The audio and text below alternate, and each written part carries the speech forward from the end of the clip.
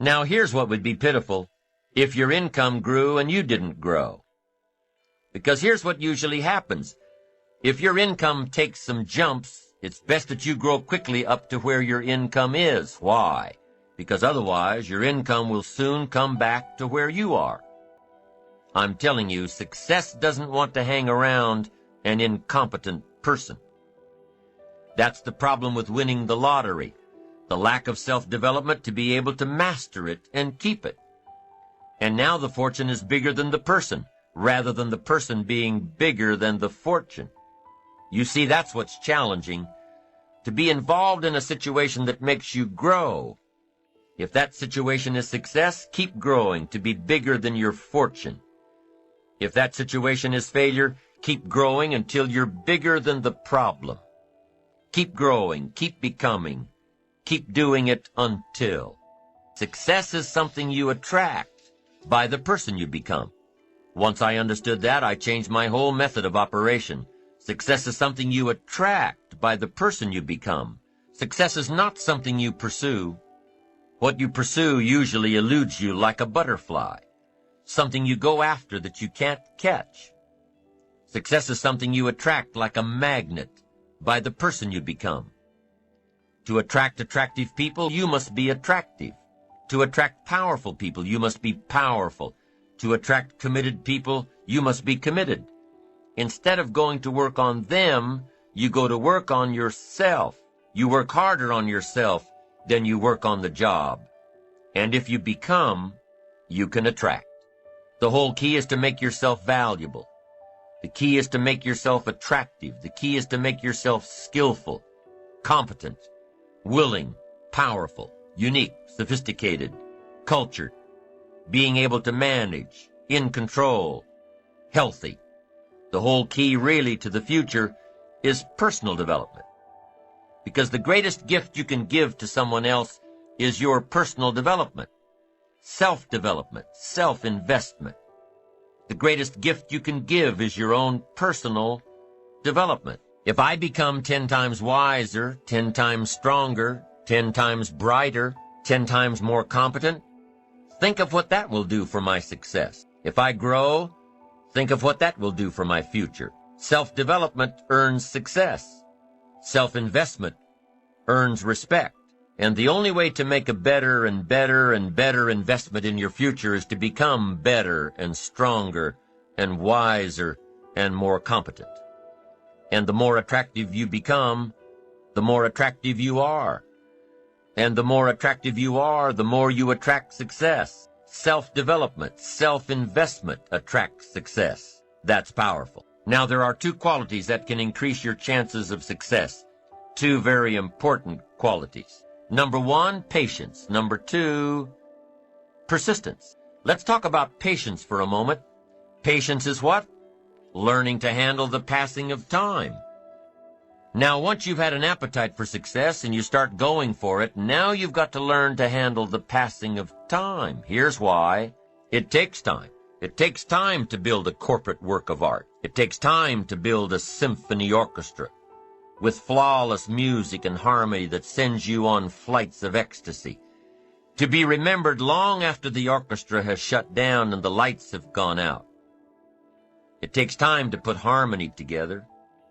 It takes time to build a life. It takes time to build an enterprise. It takes time to get through school. It takes time to develop and grow. So give your enterprise time. Give your business time. If you're in management, give your people time. If you're a parent, give your kids time. Don't be too short, too quick. Give them time. Now, not forever, but time. It takes time. Here's the ultimate challenge. You've got to have patience with yourself. It takes time to make changes in habit and discipline. It takes time to correct old errors in judgment and to finally give up old blame and pick up new responsibility. I'm telling you, it took me some time. I used to blame the government and blame taxes and blame the company and blame the marketplace. It took me a long time to give that up.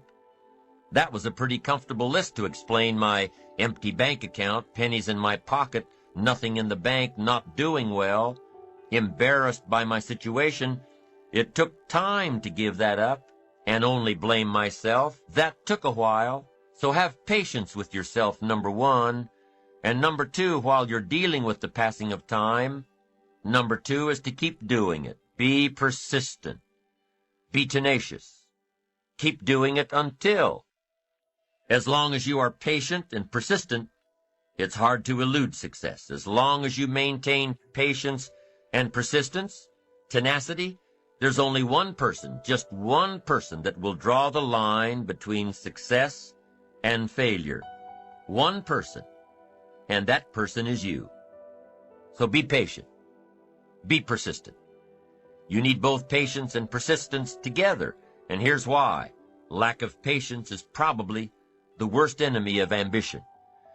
While your ambition keeps growing, keeps moving, keeps looking for new ways to succeed, impatience tends to grow frustrated. Impatience won't allow for persistence. Impatience wants to give up.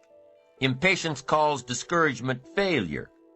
But your ambition won't let you give up so easily, not if you're persistent. What others may call failure, ambition calls a learning opportunity, a chance to make adjustments along the charted course to success. Ambition knows something else too. Ambition knows that the longer the achievement is in coming, the more valued it is. So let me give you a few aspects of patience, some examples that might help illustrate just how valuable it is. There are 6 aspects of patience, and here's number 1. Knowing when an opportunity is right and when more preparation is needed. Let's say you're opening up a restaurant specializing in fresh seafood. You're all excited to get going, get the money coming in instead of it all going out. You're all excited. So because you're all excited, you want to open early. Your impatience gets the best of you. And so you do, open before your scheduled grand opening. Customers start coming in. They're all excited about this new great restaurant. And everybody wants some fresh seafood.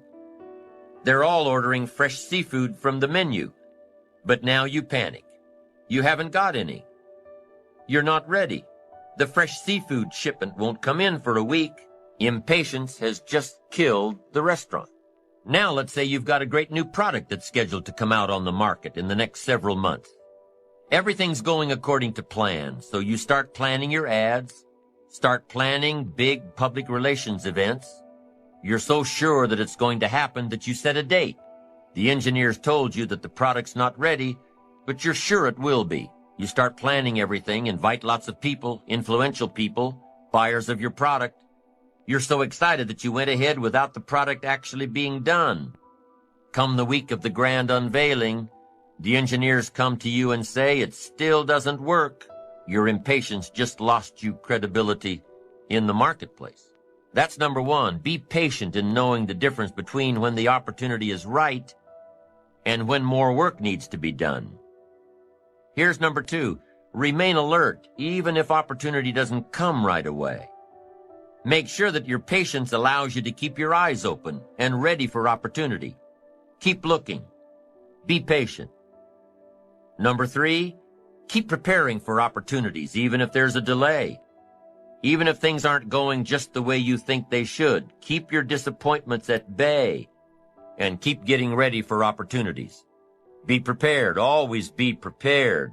Don't let impatience allow you to give up. Number 4 in patience. Take the little setbacks in stride. Take the little successes in stride. Don't let small disappointments discourage you. Don't let the little successes delude you. Avoid the emotional roller coaster that will always disrupt your plan.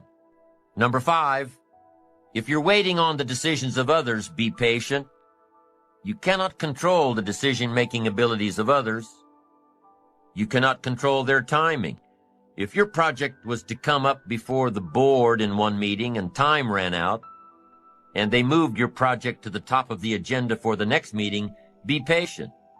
Don't be frustrated about what you have no control over. And number 6, take a vacation from your ambition. If you've been working day after day, week after week, month after month without a break, take a vacation from your ambition. The patient person, secure in their ambition, knows that the drive and ambition will still be there, even after some time off. As a matter of fact, with some time off, the ambition will have a stronger pull than ever when you come back to it. Persistence is patience in action. Persistence is creative, always looking for new opportunities. Persistence is courageous. It doesn't give in to fear. Persistence is hopeful. It doesn't let discouragement through the door. Persistence is positive. It keeps you on track with your plans and your goals. And the last thing that persistence is cheerful. Not gloomy, cheerful.